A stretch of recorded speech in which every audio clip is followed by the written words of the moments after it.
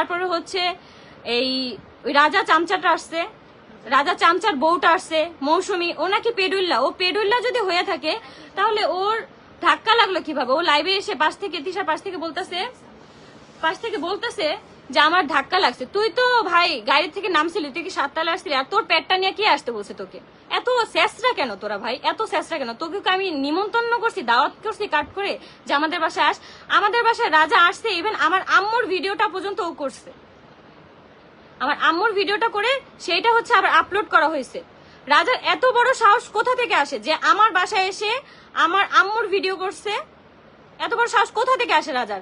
ওইসব কথা আছে না, থার্ড ক্লাসই থাকে। তোদের আমরা কোনো দাওয়াত দিই না, কোনো ইয়া করি না। তুই কোন শরমে আসছিস? তোর কি ভাই লজ্জা আছে? বিন্দু মাত্র তোর কোনো লজ্জা আছে? কোনো ধরনের কোনো লজ্জা নেই। আমি একটা মেয়ে মানুষ, আমি এত স্ট্রাগল করতেছি আমার বাচ্চাটাকে নিয়ে, আমি মানে চেষ্টা করতেছি কিভাবে আমার বাচ্চাটাকে ভালো রাখা যায়। সেইখানে তোরা সবাই মিলে, তোরা প্রত্যেকটা মানুষ মিলে আমাকে মানে ফোর্স করতেছিস আমার লাইফটা যাতে শেষ হয়ে যায়, আমি কিভাবে সুইসাইড অ্যাটেন্ড করবো। তোরা আমাকে ফোর্স করতেছিস প্রতিনিয়ত। আমার যদি কোনো কিছু হয় এই সবগুলা তোরা দায়ী থাকবি, তোরা প্রত্যেকটা মানুষ তোরা দায়ী থাকবি। তোরা আমাকে ঠিক মতন বাঁচতে দিতেছিস না, তোরা আমাকে ঠিক মতন বাঁচতে দিতেছিস না। আমি যে কিভাবে কাজ করি কি করি একমাত্র আমি আর আল্লাহ জানি। তোরা প্রত্যেকটা জিনিসে আমাকে বাধা দিতেছোস, প্রত্যেকটা জায়গায় আমাকে বাধা দিতেছোস। ইভেন আমি যে প্রমোশনের কাজগুলো করি সেইখানে পর্যন্ত তিশা এসে সেই পেজ ওনারদের বলে নক করে কাজ চায়, বলে আমি ফ্রিতেই করে দেবো, আপু আমাকে কাজ দেন। এমন মহিলারা আছে কাজ করাবে না, ডিরেক্ট মানা করে দেয়। তারপরে হচ্ছে তাকে এমন ভাবে মানে ফোর্স করে, মানে কাজ চাই। আখি আছে, আখি আর মেহেরুন যে আছে, আখি যেসব পেজের সাথে কাজ করে, ইভেন তিশা এখন শেষরার মতো সেই সব পেজের ওনাদেরকে হচ্ছে নক দেয় কাজের জন্য। আর আমি যে যাদের সাথে কাজ করি তাদের তো নক দেয়। এখন আবার পড়ে আছে আখির পিছে, এখন আবার আখির পিছে পড়ে আছে। মানে আমি বুঝি না, জাস্ট আমি তো তোদের পিছেও নাই, তোদের আগেও নাই, তোদের পাশেও নাই। আমি তোদের নিয়ে কোনো ক্যাপশন দিই না। তোরা যদি 10টা ভিডিওতে ক্যাপশন দিস, আমি সেখানে একটা ভিডিওতে ক্যাপশন দিই, সেখানে আমি একটা ভিডিওতে ক্যাপশন দিই। মানুষ কত সহ্য করতে পারে? থানায় স্ট্যাম্প হয়েছে যে কারো ব্যাপারে আমরা কেউ কিছু বলবো না, মানে ওর লজিক হচ্ছে নাম নিয়ে তো আর বলি নাই। একটা ভিডিওতে ক্যাপশন দিছে যে বস্তি গাইস আমরা বস্তিতে থাকতাম, বস্তি ছেড়ে আমরা অন্য বাসে উঠবো। তা তোর সমস্যা কি? তোর সমস্যা কি? আমরা যদি বস্তিতে থাকি, বস্তির মেয়েকে নেওয়ার জন্য এত পাগল হয়েছিস কেন?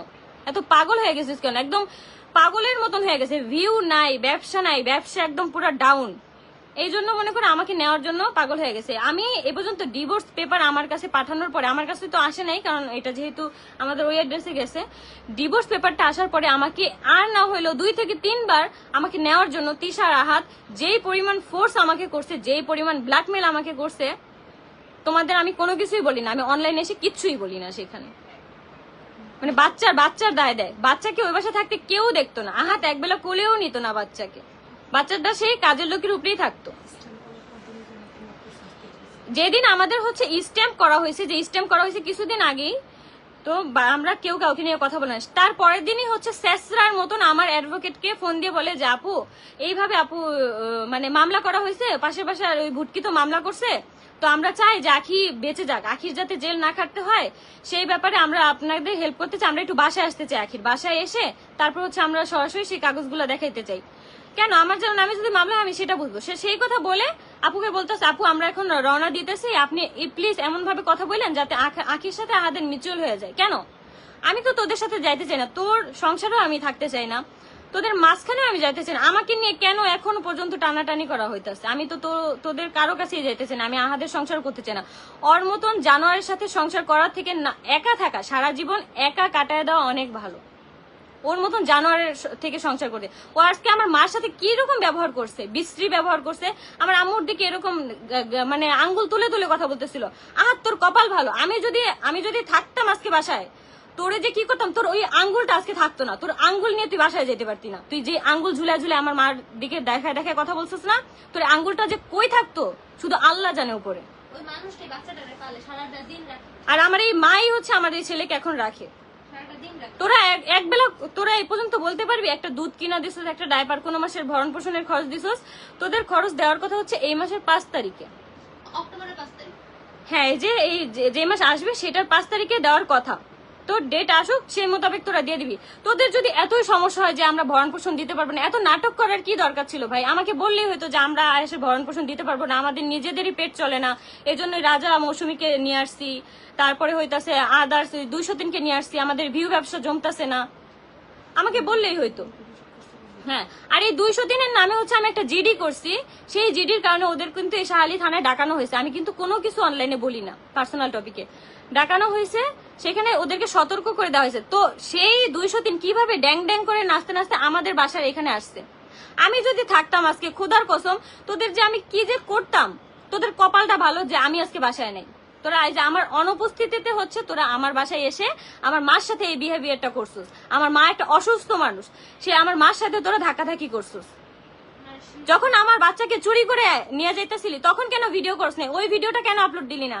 যখন আমার ছেলেকে গাড়িতে বসায় তোরা বলছিলি যে গাড়ি টান দেন, তখন আমার মায়ে যায় হচ্ছে আমার বাবুকে নেওয়ার জন্য জোরাজোরি করতেছে, তখন ওই সময়ের ভিডিওগুলো কেন আপলোড দেওয়া হইলো না? আমার প্রশ্নই এটা, ওই সময়ের ভিডিওগুলো কেন আপলোড দেওয়া হইলো না? আমার মাকে আমি কখনো ক্যামেরায় আনি না, সেখানে তুই আমার মার অন্য ছাড়া ভিডিওটা পর্যন্ত তুই ফেসবুকে আপলোড করে দিছিস। তুই কত বড় কুলাঙ্গার, তুই কত বড় বেজর মা। আমি খালি জাস্ট করি, আমি জাস্ট এতটুকু বললাম যে তুই যদি আজকে আমার সামনে পড়তি না হাত, তোর যে কি অবস্থা আমি করতাম। তোর ওই আঙ্গুল, তোর খোদার কসম যদি তোরে আমি কোনোদিন সামনে পাই, তোর এই আঙ্গুল যে আমি কি করব সেদিন দেখিস তুই।